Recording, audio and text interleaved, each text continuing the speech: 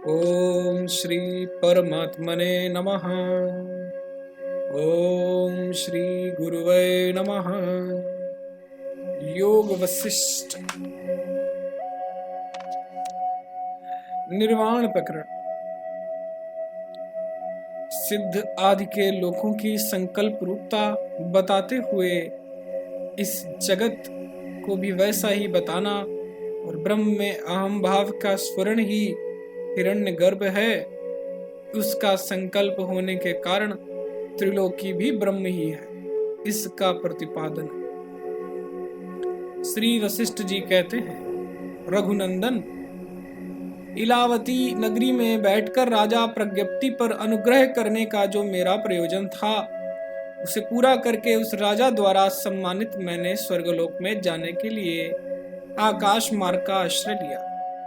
श्री राम जी ने पूछा, ब्रह्मन, सिद्ध साध्य यम ब्रह्मा विद्याधर और देवताओं के लोक तथा वहां के निवासी कैसे दिखाई देते हैं, यह मुझे बताइए। श्री वशिष्ठ जी कहने लगे, रघुनंदन, सिद्ध साध्य यम ब्रह्मा विद्याधर देवताओं तथा अन्य पूर्व महात्मा प्राणियों के लोकों को यदि तुम विशेष धारणाओं द्वारा देखने का प्रयत्न करो तो प्रति रात प्रतिदिन आगे पीछे ऊपर और नीचे देख सकते हो, और ना देखना चाहो तो नहीं देख सकते। जैसे सिद्धों के ये कल्पना लोक हैं, उसी तरह हमारा यह लोक भी काल्पनिक ही है। सिद्धों ने लोकों की रचना करके अपने संकल्प से उन सबको स्थिर कर लिया है। सारा जगत सदा निराकार निर्विकार शांत स्वरूप चिदाकाश ही है। जिसने जैसा दृढ़ निश्चय किया उसकी दृष्टि में वह वैसा ही प्रतीत होने लगा, उससे भिन्न प्रकार का नहीं। जो वस्तु दृढ़ निश्चय से प्रकाशित होती, वह चिन्मय स्वभाव से युक्त होने के कारण प्रकाश रूप से ही भासित दिखाई देती। किंतु यह विश्व किसी को दृढ़ निश्चय पूर्वक विदित नहीं, इसलिए इसमें स्वभावतः चित्त सत्ता और स्फूर्ति की व्याप्ति नहीं। इसलिए यह सब शून्य और निराकार है। ब्रह्म जैसा पहले था, ठीक वैसा ही अब भी है। उसमें किसी प्रकार का विकार नहीं आता। जैसे स्वप्न में चिदाकाश अपने स्वरूप से च्युत हुए बिना ही स्वप्न जगत पदार्थों के रूप में भासित होता है, उसी प्रकार चिदाकाश अपने स्वरूप से विकृत हुए बिना ही इस विश्व के रूप में प्रतीत होता है। वह इस विश्व विवर्त का अधिष्ठान ही है, ना तो कारण है ना विकारी। संकल्प में चित्त जैसे आकार की कल्पना करके पर्वत आदि की लीला से उदित होता है, वास्तव में ना वह पर्वत है और ना वह आकाश। उसी तरह ब्रह्म में जगत की स्थिति है। ब्रह्म ही जगत के रूप में प्रतीत होता, ब्रह्म से भिन्न जगत की कोई सत्ता नहीं। परम बुद्धिमान जीवन मुक्त महात्मा सब प्रकार की चेष्टाओं से विरत होते हुए भी कठपुतलियों के समान व्यवहार करते हुए से प्रतीत होते हैं। जैसे संकल्प नगर निराकार होता हुआ भी चित्त के समक्ष साकार सा स्थित होता है, उसी प्रकार ब्रह्म में स्थित या जगत निराकार होने पर भी साकार सा दिखता है, परंतु वास्तव में निराकार ही है। ये तीनों लोक चिरकाल से अनुभूत और अर्थ क्रियाकारी होने पर भी स्वप्न नगर के समान निराकार तथा शून्य ही है। चिरकाल से पुरुष के नित्य अनुभव में आने पर भी यह जगत रूपी पदार्थ उसी तरह कुछ भी नहीं है। जैसे स्वप्न में ही अपना मरण, स्वप्न में मरे हुए पुरुष को अपना दाह संस्कार भी होता दिखाई देता है, वह असत होकर भी सत्सा भासित होता, उसी तरह परब्रह्म परमात्मा में दिखने वाला जगत भी असत ही है, किंतु भ्रम से सत्सा प्रतीत होता है। रघुनंदन, ब्रह्म आकाश चिन्मय होने के कारण स्वयं ही अपने को मैं अहंकारात्मक समष्टि रूप हिरण्य गर्भ हूं। ऐसा अनुभव सा करता है। उसका यह संवेदन ही परमेष्टि हिरण्यगर्भ का स्वरूप है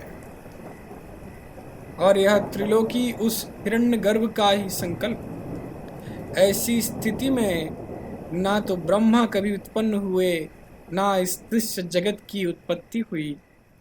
अजन्मा परब्रह्म परमात्मा ही पूर्ववत जैसे का तैसा विराजमान है। चिदाकाश में जो जगत का रूप भासित होता है वह उसकी प्रातिभासिक सत्ता ही है, पारमार्थिक सत्ता नहीं।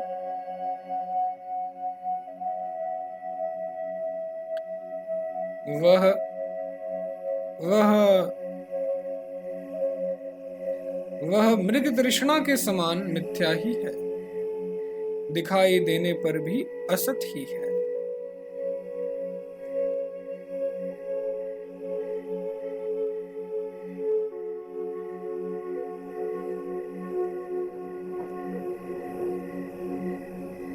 जगत के रूप में यह सूनी ही भ्रांति प्रकट हुई है, अथवा वह भी प्रकट नहीं हुई। भ्रांति क्या है और कहां से आई? सर्वत्र सदा सब कुछ निराकार ब्रह्म ही तो है। जगत ब्रह्मरूपी जल का भंवर है, इसमें द्वैत और एकत्व कैसा? भंवर तथा जल में कहां द्वैत है? और जब द्वैत ही नहीं तब एकता भी कहां हुई? जैसे वायु अपने स्पंदन को, आग अपनी उष्णता को, पूर्ण चंद्रमा अपनी शीतलता को जानता है, उसी प्रकार ब्रह्म अपनी सत्ता को स्वयं ही अर्थ रूप होकर जान लेता है। इस प्रकार यह ब्रह्म सदा ही अपने इस स्वरूप स्वर्ण को तथा अहम आदि अहंकारात्मक समष्टि को जान जाता है। सृष्टि उसका भाव तथा आकाश रूप ब्रह्म सर्वत्र तथा सर्वदा। अविद्या दृष्टि से कभी इसका यथार्थ ज्ञान नहीं हुआ और विद्या दृष्टि से देखने पर यह जगत कभी कुछ रहा ही नहीं। श्री राम, बद्ध पुरुष की दृष्टि से ब्रह्म सदा त्रिभुवन सा भासित होता, किंतु मुक्त की दृष्टि से यह सब शांत एवं समब्रह्म ही है। यहाँ नाना पदार्थों की कोई सत्ता ही नहीं। आकाश से कभी वृक्ष और पर्वत नहीं उत्पन्न होते, उसी तरह ब्रह्म से जगत की उत्पत्ति नहीं होती। ऐसा निश्चय करके परम शांत हो जाना चाहिए। श्री राम जी बोले, ब्रह्मन, उस परम पद में अहम भाव का भान होने पर आगे क्या होता है आप यह जान चुके हैं, अतः आपसे इस विषय को मैं सुनना चाहता हूं। मुझे सुनने से तृप्ति नहीं हो रही। श्री वशिष्ठ जी ने कहा, रघुनंदन, परम पद में अहम भाव की स्फूर्ति होने पर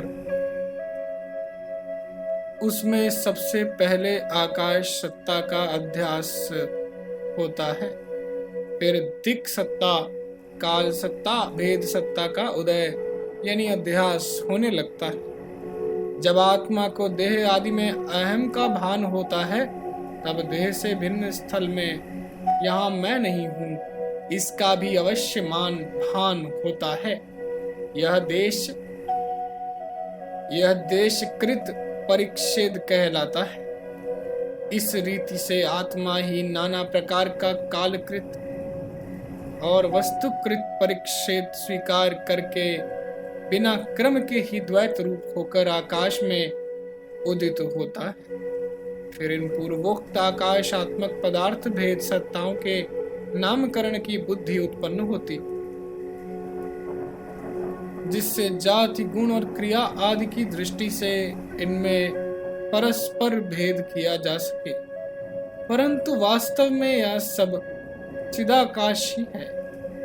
इस प्रकार निराकार परम पद में अहम भाव से देश, काल आदि की कल्पनाओं के सिद्ध होने पर, अर्थात उस पर ब्रह्म परमात्मा के देश काल आदि रूप से स्थित होने पर, जो यह दृश्य नामक आभास रूप वस्तु की प्रतीति होती है, वह सब निर्बाध ब्रह्म ही है, जो ब्रह्म से भिन्न सा प्रतीत होता है। रघुनंदन, तुम तो समस्त दृश्य पदार्थों से मुक्त, सब और प्रकाशमान, सर्वस्वरूप, निर्मल स्वभाव, आत्मनिष्ठ, निरतिशय आनंदमय, परम शांत चित्त, आकाश के समान मनोहर एवं तृष्णा रहित हो। अब तुम धर्म के अनुसार राज्य का पालन करो। ओम तत्सत, ओम तत्सत, ओम तत्सत।